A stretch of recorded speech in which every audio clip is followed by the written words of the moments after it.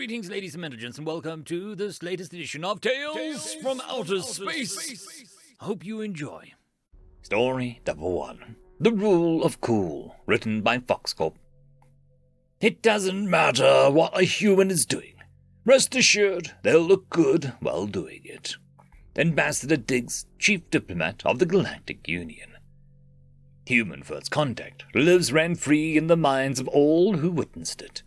When we touched down on Earth, we expected the nervous and informal scramble to communicate being of young species. Humans, however, were different. The first sound they greeted my landing craft was the most peculiar.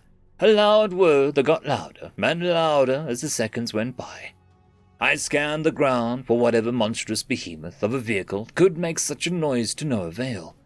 My avian aide, with his tunneling vision, saw it first, pointing to the sky and exclaiming, "Look!" Humans called it a helicopter, or rather, helicopters. A fleet of 4 were rocketing to my position. 3 brutalist and jagged boxes with rotors formed a V-shape, with a 4th following close behind. This 4th helicopter, however, was of a completely different design. It had sleek edges that seamlessly flowed and almost melted together in an incredibly organic design. The craft had a shape of a stretched teardrop, with the tail, fin, and rotor extending from the rear. The contrast between the brutal and jagged edges of the lead craft and the sleek, flowing nature of the rear sent me into a momentary sense of awe. What came next was even more impressive. The helicopters to the right and left veered suddenly to their respective sides, flanking my humble shuttle with menacing stares. The central beast rose to a speed and nimbleness unbecoming of its shape and size, also bearing down on me with an immense intimidation factor. The sleek helicopter floated down from the sky, presenting its side to my fellow diplomats and I with an immeasurable grace and elegance. A panel on the helicopter's side descended to act as a ramp, and 3 humans soon spilled out from the craft's spacious interior. 2 large bipeds in black suits flanked the smaller human in a white suit as they emerged. The larger humans walked with purpose, their eyes hidden by black shades, but with the intent shone through all the same. We protect the one in the middle. The central human walked in a much less rigid manner. Their white teeth beamed at us with a smile, and they walked with radiant confidence. The tables were turned entirely. Instead of the aliens gawking at our mere presence, we were gawking at the humans. The humans knew that we were coming for weeks. To our great horror, it was later revealed that humanity's entire arsenal of orbital weapons had targeted us since we passed Titan, the moon of a particularly stunning gas giant. But that's a story for another time. The cunning apes had deduced that we posed little threat and decided to make first contact on their own terms, on the surface of Earth. Nothing has truly changed since those days. In every war, news report, conference, strategic meeting, company discussion, you name it, if a human showed up, you'd know. The human military was the best dressed, with the most intimidating ships and the biggest budget of any new species ever seen. After only 50 years, they added the illustrious title of best equipped to the list as well. Their guns didn't just look cool, they performed well. From the death-filled system of Beetlejuice to the box offices on Camdeshop, the human military made a name for itself. Human diplomats were more of the same, slick and effective. They showed up in the fanciest vehicles, held the best venues, talked big, and performed bigger. It is common knowledge that a good enough human diplomat can convince any nation to sell their soul. Luckily for us, these diplomats are well vetted and have an upstanding moral foundation. In the rare cases where humanity decides to expand aggressively, their usually upstanding morals could be twisted into a 2-tongued menace, winning wars without a single shot. Don't even get me started on the proper politicians. They could and do stab people in the back constantly.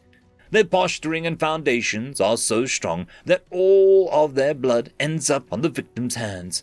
If a human is in a position of power goes mad, I still shudder at the thought of the last time the galaxy was plagued by such an unhinged being of pure chaos. Even to this day, that man still has some support, mostly due to how damn cool he and his military looked while doing it. Luckily for the rest of the galaxy, an opposing factions of humans was able to remove him from power and stopped him from realizing his vision of the first triumvirate of the stars. He was planning to rule the galaxy with 2 other individuals, which both happened to be robotic vessels controlled by, you guessed it, himself. The name was cool, though. The cherry on the top was the lawyers. Oh, the lawyers. They could walk into a courtroom and simply declare their client innocent with such confidence and style that they could make someone get away with murder. This happened several times before nearly all prosecutors were also replaced by humans. In a court of law, the humans' unmeasurable levels of confidence and desire to win are amplified tenfold. Only the worst of the worst can't be saved by humans. But on occasion, they are actually saved, and it takes a human to take them down when they inevitably end back up in court. Out of all the human sayings I've overheard, I like this one the most. We might be terrible at it, but at least we look good doing it.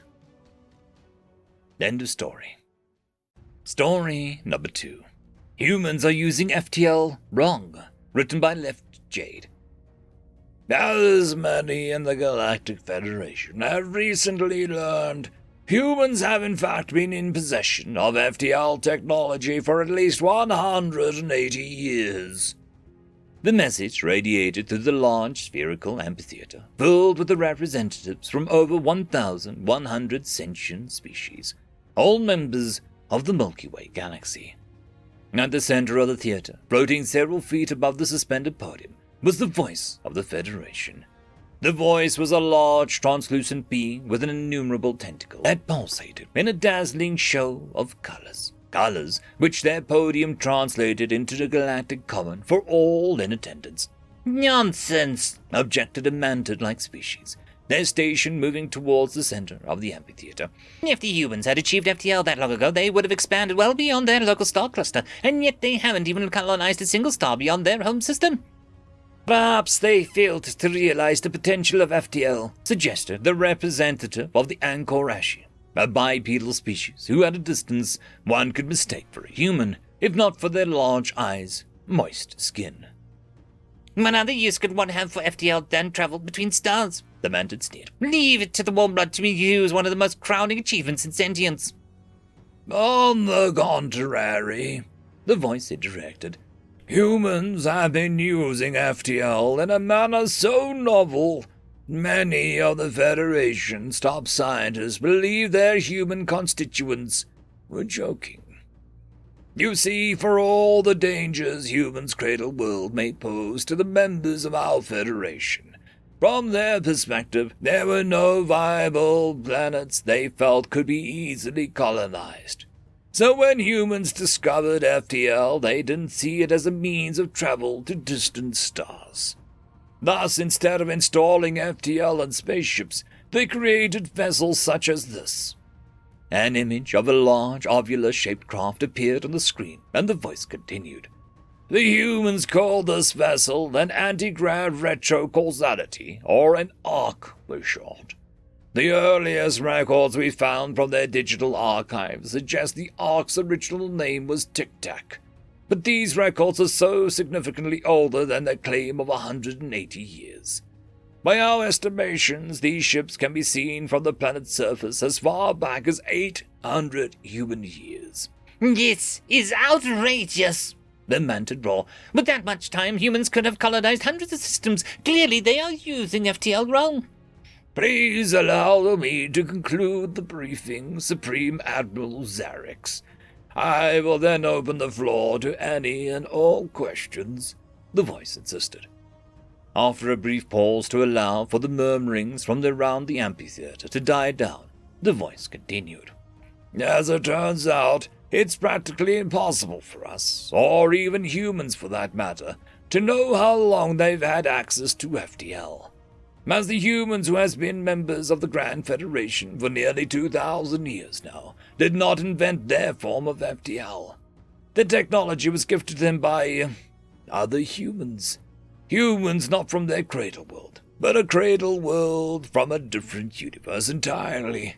A parallel universe as the humans call it. Thus, humans do not recognize FTL as such, they call these crafts time machines, which is why it has only recently come to our attention that they are in possession of FTL. Incidentally, this is why humans have never left their home system. They've instead chosen to colonize and uplift every iteration of their cradle world across every parallel universe, which, if their reports are to be believed, are as numerous as the stars in the known universe. This time, the voice's pause was not met by an uproar, but a deafening silence. It was clear to all in that moment, to the voice, to all the members of the Federations, humans were in fact the only ones using FTL the right way. End of story. I would quickly like to thank the T5 channel members and Patreons. Caspar Arnholtz, Cam Maxwell, Lord Azrakal, It's Difficult to Pronounce, Dragzoon WRE, Holly's Sister, Arcadian. Thank you very much.